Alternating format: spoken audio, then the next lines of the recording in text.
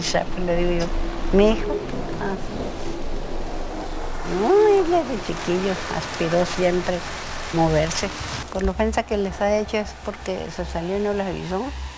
Esa es la ofensa. Just how far will a mother go to defend her son?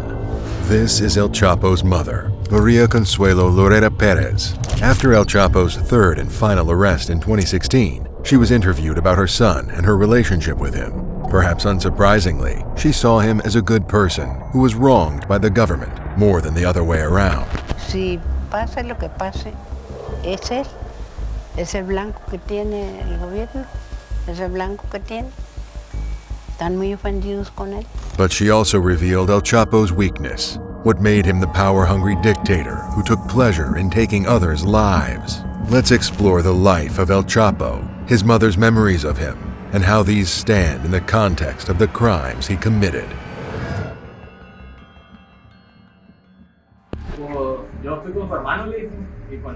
This is what El Chapo's Sinaloa cartel does. They don't just make money from illicit businesses like the narcotics trade. To ensure they stay at the top of the Mexican cartel game, they bribe, threaten, take lives, and subject rivals to fates worse than death.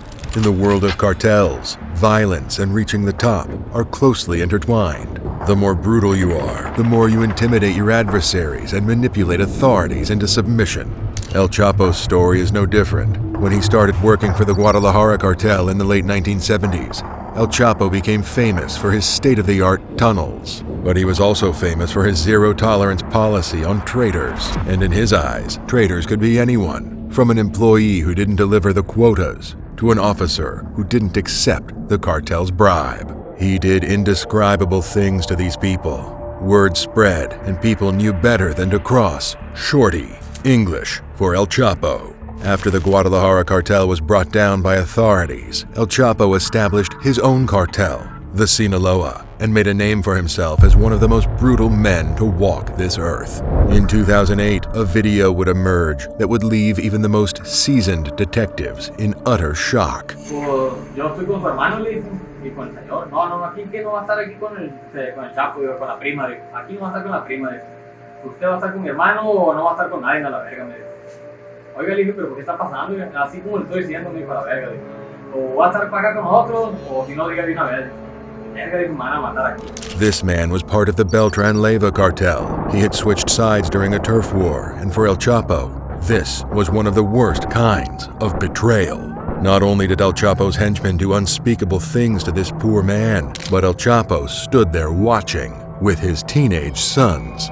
Indeed, El Chapo groomed his eldest sons into becoming cold-hearted, hot-headed monsters, just like him. In his world, this is how you proved your power and stayed rich. El Chapo even had a doctor on site, resuscitating the man repeatedly, so he endured every second of it. Reportedly, this is one of El Chapo's signature methods.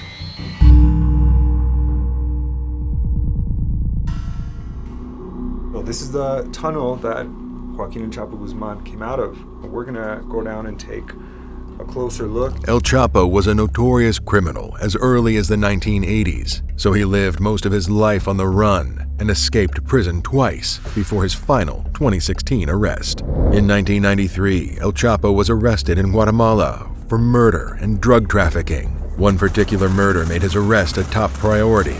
He had ordered the killing of Cardinal Posadas Ocampo, a huge figure in the Catholic Church in Mexico, and someone who spoke out against El Chapo and the cartels. The Guatemalan government extradited El Chapo to Mexico, where he was sentenced to 20 years in prison at the Altiplano prison in Juarez. Mexico's government actually thought this might be the end of the Sinaloa cartel, just like in the case of the Guadalajara cartel. Arrest a kingpin and let the cartel crumble into warring factions. But they were wrong. Altiplano wasn't exactly strict on El Chapo. He was still able to conduct business from prison, over the phone, or via visitors. El Chapo had a lot of officials in his pocket. This meant he had better conditions than everyone else. Apparently, he had contraband smuggled into the prison on a daily basis. His bribery got worse and worse until 2001, when El Chapo was able to escape. He needed to do so. Around the turn of the century, El Chapo was also indicted in San Diego on U.S. charges of money laundering and importing tons of white powder into California. Then, a ruling by the Supreme Court of Mexico made extradition between Mexico and the United States easier. Now, El Chapo knew he could get moved to a U.S. prison where he wouldn't be able to bribe his way into comfort or lead his cartel anymore. On January 19, 2001, a prison guard named Francisco El Chito Camberos Rivera opened El Chapo's electronically operated cell door. Then El Chapo hopped into a laundry cart that maintenance worker Javier Camberos rolled through several gates and out the front door. Once outside, El Chapo moved into the trunk of a car driven by Javier out of town. When they stopped at a gas station, Javier went inside to pay. El Chapo ran away on foot. He continued to live on the run and rule the Sinaloa cartel for 13 years. When the investigation into his escape began, the authorities discovered some grim statistics. In El Chapo's first escape plan, there were 78 people involved, and El Chapo spent a total of $2.5 million split between these people. Apart from the prison guards, El Chapo paid off dozens of officers so he would be protected as he escaped the Jalisco state. Even the Altiplano warden was in El Chapo's pocket, and he was sentenced to prison for this eventually. And one can only imagine the fate of a warden turned inmate. For the next 13 years, El Chapo worked hard to pay officers and high-ranking politicians to stay out of prison. At the top of the game, corrupt officials were battling those on the side of justice, seeking the kingpin's arrest. El Chapo lived most of these years in the Sierra Madre Mountains, constantly moving from safe house to safe house, all the while ordering assassinations and taking lives with his own hands.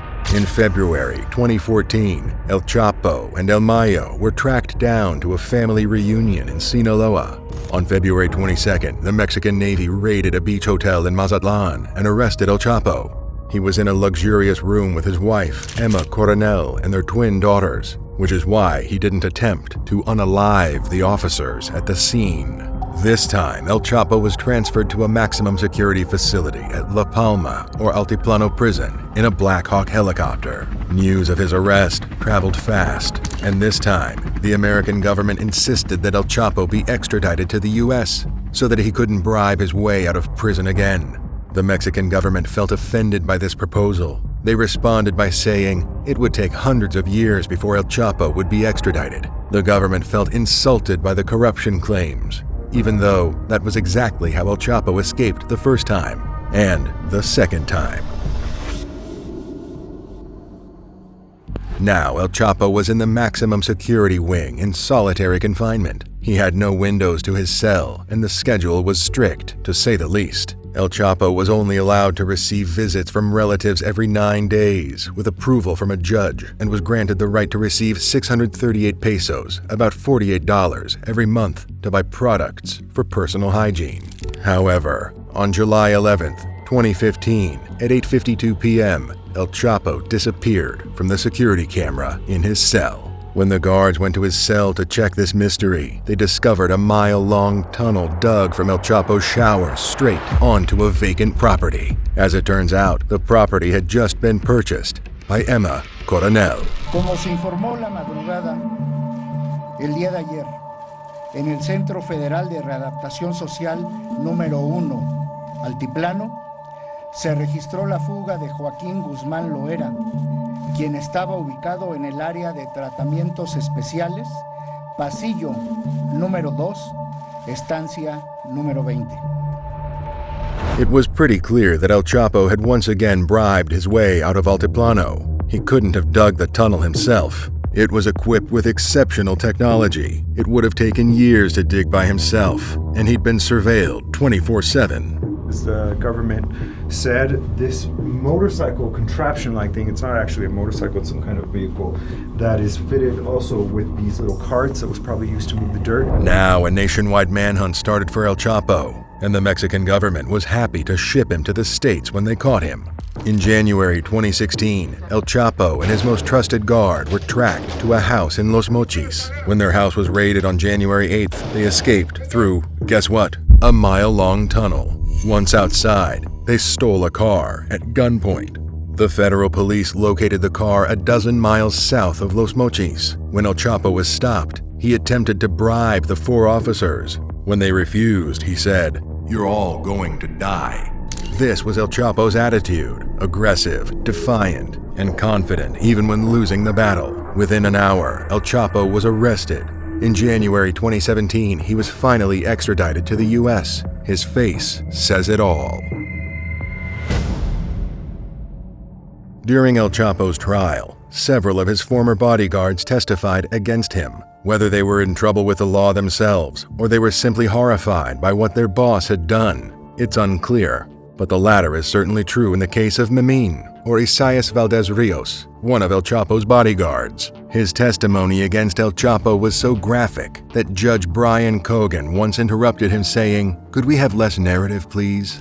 Memín described how Chapo kept a man already covered in burns in a chicken coop to fester for days. "We told Mr. Joaquin that this man had a bad odor because he was decomposing in a way."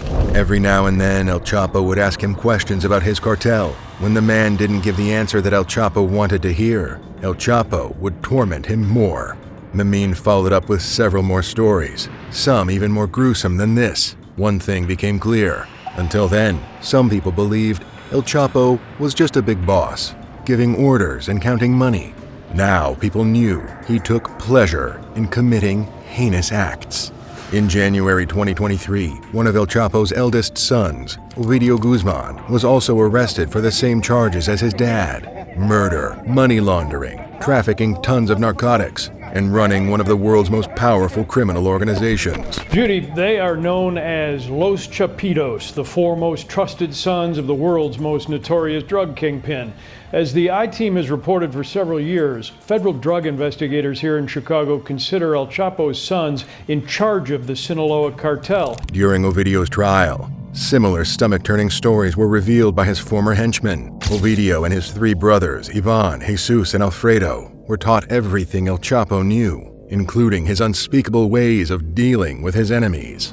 Once information was obtained by these captives, typically through Twitter, these individuals were killed, either by or at the direction of the Chapitos themselves, and the bodies disposed of throughout the area. While many of these victims were shot, others were fed, dead or alive, to tigers. It gets worse. The siblings would watch and laugh as their enemies were torn to shreds or subjected to unimaginable pain for hours or even days. To call them cruel would be an understatement. It's easy to see where Los Chapitos got this from, but where did El Chapo get his personality from?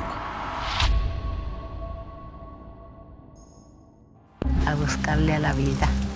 Maria Consuelo Loera Perez, Chapo's mother, still has vivid memories of her son when he was a child. According to her, El Chapo was always very ambitious. Chapo le digo yo, mi hijo, no, él desde chiquillo aspiró siempre moverse. Viera que siempre. But when he was little, Joaquin Guzman Loera didn't dream of becoming a world-renowned scientist or a great actor. His ambitions were more materialistic. Me acuerdo que venían muchos billetitos, billetitos de a 50, que de a 5, que en no sé en qué cosa. Y él juntaba y hacía unos macitos y los amarraba. Y me decía, mamá, guárdenmelos, guárdenmelos. Eran de esos de colores. It was just paper, but El Chapo's dreams were real. Of course, you can't blame a child for dreaming of becoming rich. El Chapo was born in a very poor, tiny village called La Tuna. His family lived hand to mouth. His dad was a raging alcoholic. Side note, yep, that's probably where he got his tendencies from. But as a child, El Chapo didn't exhibit these violent impulses. Instead, he dreamed of becoming rich and overcoming the unhappy condition of his farmer family. A buscarle a la vida. Here's where it gets interesting. El Chapo's mom has been following the news. Moreover, she has been in touch with her son throughout most of his life. It's safe to say she knows what he's been up to, but she chooses to believe El Chapo's side of the story. Se pasa y todo lo... Si agarran a una persona, fue gente de él. Si agarran lo que agarran, es de él. Si pasa lo que pase, es él. ese blanco que tiene el gobierno, ese blanco que tiene, están muy ofendidos con él. Indeed, Maria doesn't see her son as a criminal. El Chapo has been telling her he's just been running a business, the Sinaloa cartel. Sure, they sell narcotics, but they're not as monstrous as the media portrays them to be. And then, who do you believe? Your son or the media? In the words of Pablo Escobar's son, So, a man who gives you love every day tells you he's a bandit, it's difficult to judge him. it's hard to be in Maria's shoes and know what she thinks and feels. When she was asked why she thinks El Chapo is spending his life in prison at the terrifying ADX Florence, she said, Por la ofensa que les ha hecho es porque se salió y no les avisó. Esa es la ofensa. Pero él no mató a nadie para salir. No forzó puertas.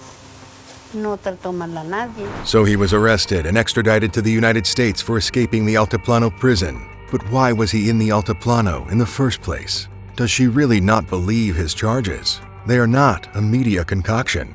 There's evidence for all of El Chapo's charges, and they're listed on the FBI's website. Guzman Loera was convicted by a federal jury on February 12, 2019, following a 3-month trial of all 10 counts of the superseding indictment, including narcotics trafficking, using a firearm in furtherance of his drug crimes, and participating in a money laundering conspiracy.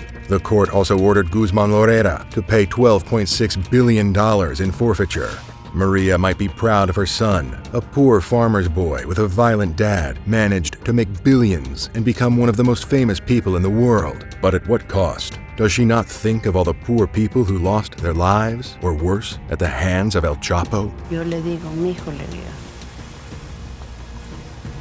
hay que perdonar, hay que perdonarme.